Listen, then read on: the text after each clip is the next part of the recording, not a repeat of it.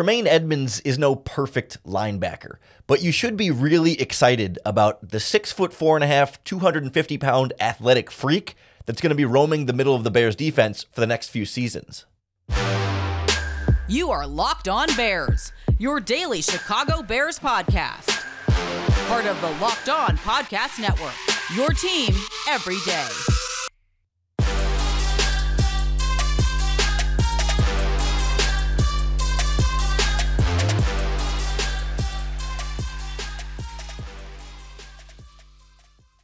This is Locked On Bears, and I'm your host, Lorin Cox. I'm here to bring you your daily, in-depth Chicago Bears news and analysis.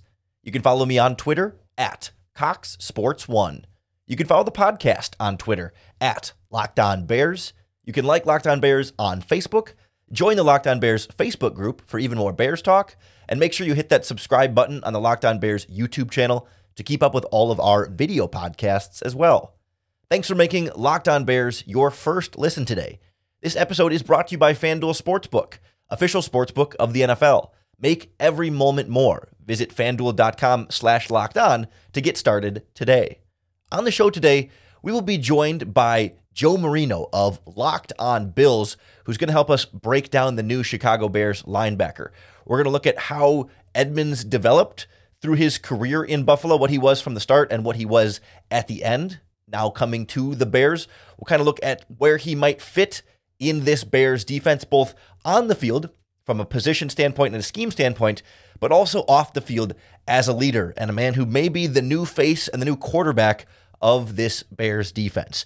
Joe Marino is a big fan of Tremaine Edmunds, liked him coming out of college, liked him at the Buffalo Bills. He's not a Bills homer by any means. He's a great analyst of the Buffalo Bills, but he sees Tremaine as a very valuable player for the Bills defense and someone he's a little disappointed they didn't ultimately re-sign. So let's get the scoop from our local expert here on the Locked On Podcast Network. Your team every day.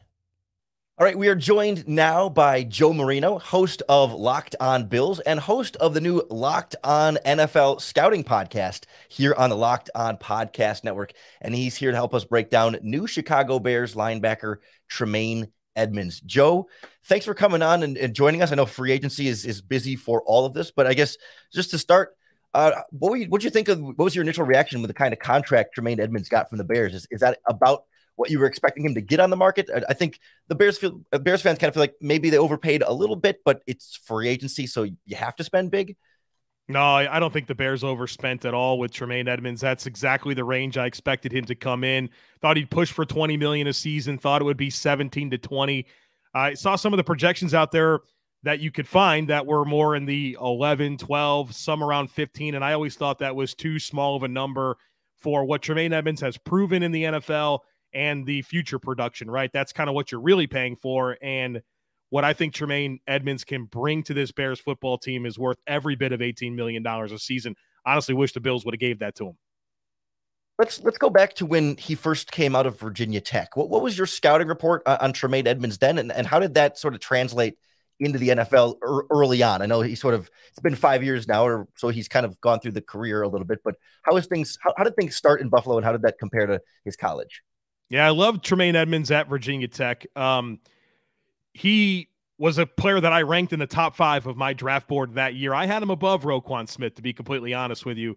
I just thought the ceiling was incredibly high, very unique physical skill set, 6'5", 250, 34-plus inch arms. And when you remember him at Virginia Tech, and I actually got a chance to see him live a couple of different times, they didn't really play him as a true Mike linebacker, so there was always a bit of a transition for him to the next level. And oh, by the way, he was drafted at 19 years old, right? We're talking about a teenager we're watching at Virginia Tech compared to the man that we've seen him develop into in the NFL. And one little nugget here on Tremaine Edmunds, as I tried to figure out why he didn't go higher. And look, we're talking about, what was he, number 16 pick in the draft? It's not like he went too far down, but I thought he was a guy that could potentially go higher, just considering the unique skill set, the length, the size. There was legit concerns about him and how much more he was going to grow.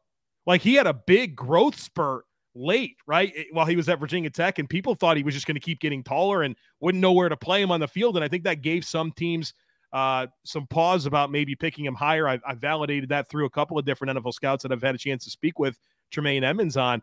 But yeah, I loved him coming out of Virginia Tech. I figured there'd be a bit of a transition. I think he came to the Bills at a great time, 2018, where they were really kind of starting their glow up as a football team. And, Josh Allen was also part of that 2018 draft class. The Bills had 2 first-round picks, Allen and Edmunds, and that was kind of your quarterback on offense, your quarterback on defense. And, well, 5 years later, the Bills said goodbye to their quarterback on defense, and it's a big get for the Bears. Yeah, how did you see his performance trend over time in Buffalo? I think there's this perception that like maybe he struggled a bit early on. I know the PFF grades weren't great early in his career, but like he also made the Pro Bowl in 2019 and 2020. There's an irony there that I think it mirrors Roquan Smith a little bit, where like there's this perception that of how good he is versus how good he actually was, and that there was kind of a split on whether or not you really believed how great he could be. So I guess how did you sort of view Edmunds over that time from beginning to now?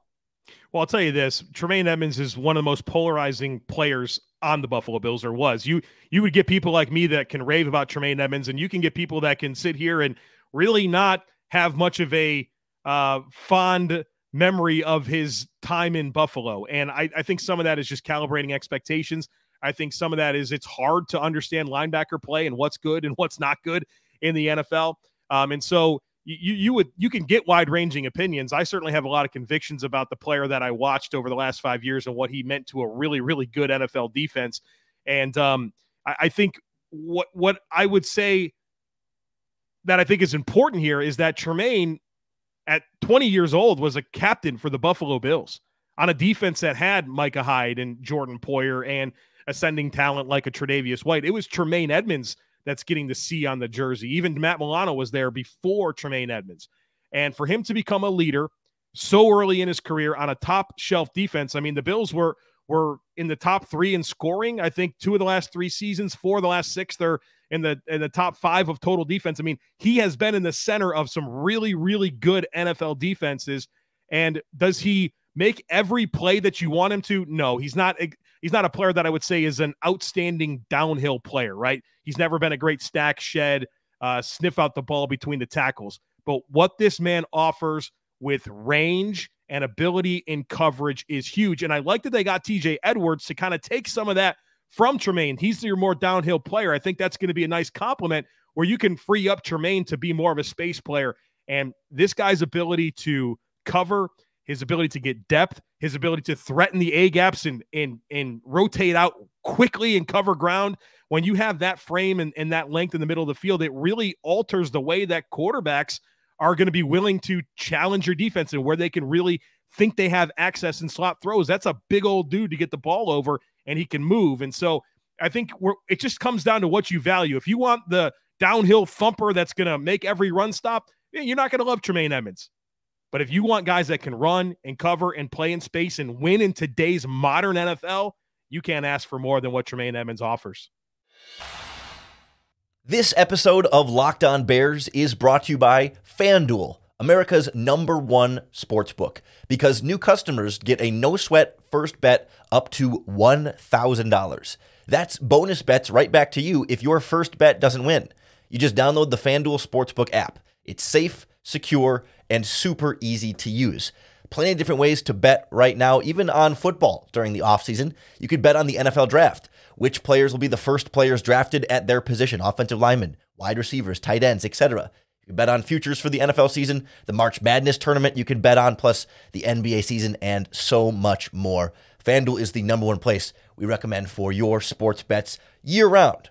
Don't miss the chance to get your no-sweat first bet up to $1,000 in free bonus bets when you go to FanDuel.com/LockedOn. That's FanDuel.com/LockedOn to learn more. Make every moment more with FanDuel, an official sports betting partner of the NFL and NBA. Why is it that a guy who's 6'4", 250 odd pounds, or whatever he's listed at now, 6'5" even, why isn't someone that big and that fast better at coming downhill and being a thumper in the running game?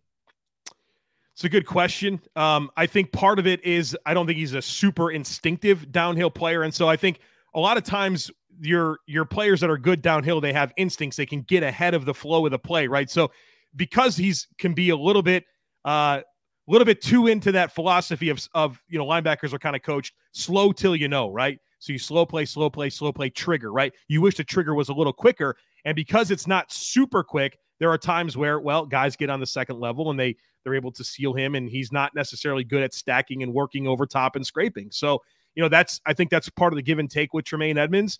But like I said, I think when you have a guy like TJ Edwards, just like the Bills had a guy like Matt Milano, who's very good at knifing in and making those downhill plays, you have a nice complementary skill set, and that can free him up to do other things and maybe use him more in some of a pursuit style role as opposed to always being that Mike downhill player. But my goodness, think about Matt Eberflus and his ability to work with linebackers. I mean, a long history there. And you think about what he did with the Colts and what is it, Shaq Leonard now? It's a big change when you call somebody something for so long and then you got to switch, man. It's tough. So Shaq Leonard and Tremaine's got every bit of that ability inside of him. What about moving backwards in coverage? I mean, obviously that's his strength, but is it mainly because of the size and speed and just, freak athletic ability, or are the instincts better for him moving backwards and, reading a play with the quarterback in front of him as opposed to attacking downhill? Yeah, I think he's just instinctively better in coverage. I think he has a really good feel for route combinations, how to leverage routes, how to read the eyes and work into throwing lanes, and really making those quarterbacks second guess. I mean, not that Tremaine has a ton of interceptions. If he caught them all, he would have a ton of interceptions. I'll tell you that. I've seen he does drop his share of interceptions, but he's there, right? Pass breakups are a good play. He's a linebacker, not a tight end for a reason. But it's that ability to get depth, to read the backfield, to work into throwing lanes and use his physical gifts. I mean, that's what makes him really a big-time asset in the middle of the field. Why do you think the Buffalo Bills didn't ultimately end up re-signing him? It's a great question. And I'll say that I wish the Bills did. So let's start there. I think what it comes down to is having that much money tied up in the linebacker position. They're paying Matt Milano a good amount of money. They just actually extended him up to $14 million a season for 2 more after he has 2 more at 11. So I think this came down to the Bills roster just continues to get more expensive. And with that, you have to say goodbye to some players, and the Bills really haven't had that hard goodbye yet. As it's gotten expensive, I mean, you lose a Harrison Phillips, a John Feliciano. Those aren't moves that are going to really keep you up at night. I think this was finally that moment where the Bills had to say, well, if we want to have more depth and a more balanced roster, we probably need to reallocate that money that we would give to Tremaine to other players. And you have an opportunity like the Bears, who came into this offseason with the most cap space in the league, with a good amount of needs, obviously, to fill. It's more of an opportunity for them to commit that type of money to a Tremaine Edmunds. I mean, the Bills are paying Josh Allen a market value contract, $43 million a season. And so that changes who you can keep. Predictably, I didn't think we'd be here. This was the second player that Brandon Beane ever drafted as the GM of the Bills. They traded up to get him. They have 5 years of experience with him, 4-time team captain. We talked about, how he's been in the middle of these really good defenses. Predictably, I didn't think that the Bills would prioritize Poyer over Edmunds, but I think it really just kind of came down to, well, there was $18 million a year out there for him in Chicago. A great fit, obviously, with Matt Eberflus and the style of defense he's going to play. An opportunity for Tremaine to be the leader of that defense and be the face of that defense. He's going to be that guy, right? A lot of young players around him. He can really step in and really just take control of that unit, where in Buffalo, I mean, there's Von Miller and there's Micah Hyde and there's Jordan Poyer and there's Trey White. And, there's a lot of guys on that defense. Well, this is his chance to be that dude. Matt Milano as well, right? A lot of names. This is his chance to put his stamp on an NFL defense, be a leader, something he's proven on a team that's had a lot of success, that's went deep into they've won a playoff game the last 3 years. That's pretty good. Only the Chiefs can say they did that along with the Bills. We're all waiting for Josh Allen to get the Bills a little bit more over the hump. But I think for Tremaine, I just feel like this is a really good opportunity for him in so many different ways. Yeah, does his personality match that leadership role? I mean, what is he like off the field? What is the fan base kind of feel about the man under the helmet there? That's something we've gotten to see a lot more in recent years, where you can just feel like he's getting more comfortable in his own skin. Sean McDermott, big process guy, culture guy, wants people that are wired the right way with good DNA, right? All the good football character. And Sean McDermott raved about the Edmunds family, his mom and dad, the support system in place for him to just be an outstanding individual, right? Just a really just clean character. You have no concerns about that. He's going to be a great face of your defense, and gives you all of that stuff, right? You'll be proud to have him on your football team. And so that matters a lot. Obviously his dad, played in the NFL, his brother, another NFL player currently, Terrell, former first-round pick the same year that Tremaine was.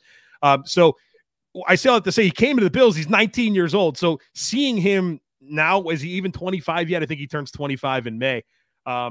Seeing that come out of him more and more every year has been fun to see, where you could see that he's become more comfortable in his own skin, being more vocal.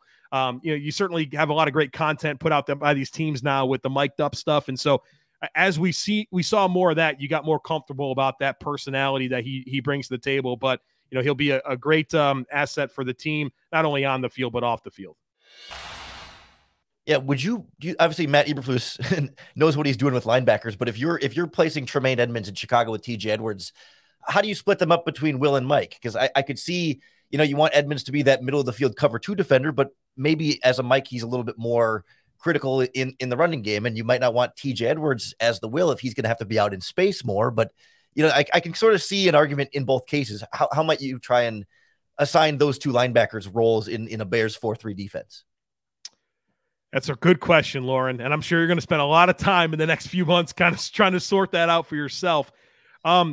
It does create an interesting contrast, and I think maybe you ultimately would have maybe a strong side linebacker and a weak side linebacker, and I'm sure that the Bears, like most teams, won't really be in base very much, right? You're going to have 2 linebackers on the field, and so I think if you really want to maximize what both of those players give you, you may want to have Tremaine more as a pursuit style player that is more of a matchup guy, and rely on TJ Edwards, who's much more limited athletically, but perhaps a better downhill player, and maybe have him as the Mike. I don't know that you have to get super stressed out about that. I think you have 2 good complementary skill sets, and that's what matters. And trust Matt Eberflus to maximize their opportunity to make plays for the defense.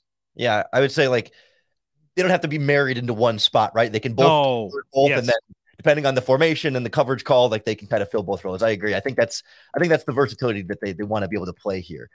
One last thing that stands out for me with him, you look this last season, missed a couple of games with injuries. Each year before usually misses about a game a season. Is that regular wear and tear stuff, or were there real questions or concerns or perception about his reliability and durability at all? Not really. I remember a couple of years ago, I think it was the 2020 season, where he had a shoulder injury and he kind of played through it. And there was a lot of commentary coming from Sean McDermott and Leslie Frazier, who was the defensive coordinator at the time, about how this is really the first time Tremaine's ever had to play through an injury, right? And that's a unique thing for a player to have to deal with that, where he never really had to that point. But yeah, he's missed a game or 2 here and there, but I'm not sure that there was ever a substantial stretch where he wasn't on the field. But I can tell you, every time he wasn't out there, I knew it. I mean, and probably if you want to get an appreciation for Tremaine Edmunds, go back and watch the Vikings game this year. And he played the first half and not the second half. And that's all I'll say. Just a night and day situation. I think you can appreciate the contrast in what he brings and the impact that he made, and then what happened in that second half of that football game. So there's one for you to have on the radar. Well, it's really easy to appreciate the impact you have on us here on the Locked On Podcast Network. Joe, your Bills analysis is second to none. Really appreciate you coming on with us. And you know what? Since the Locked On NFL Scouting Podcast is brand new here in the Locked On Podcast Network, not everybody listening to this will have heard of it yet. Can you tell us a little bit more about what that's going to look like with you and Kyle Krabs? Yeah, appreciate that. So Locked On NFL Scouting, free and available on all platforms, obviously, including YouTube. And the show is all about roster construction and team building in the NFL, and being aware of life cycles that every team has, and looking at every move that's made through that lens, and trying to understand why certain decisions are being made for teams, and putting that through the scope of team building and roster construction. So we're going to be talking about all the teams in the NFL through that lens. And, we're certainly still talking draft and looking at things more, not necessarily from the prospects up to the NFL, but from the NFL down to the prospects. So that type of lens is going to be on what we cover. And man, we're really excited about shifting the focus of our podcasting efforts there, and elated to bring it to the Locked On Podcast Network. Really excited to see how that all comes together, Joe. Thanks so much for joining us today. Yeah, glad to do it.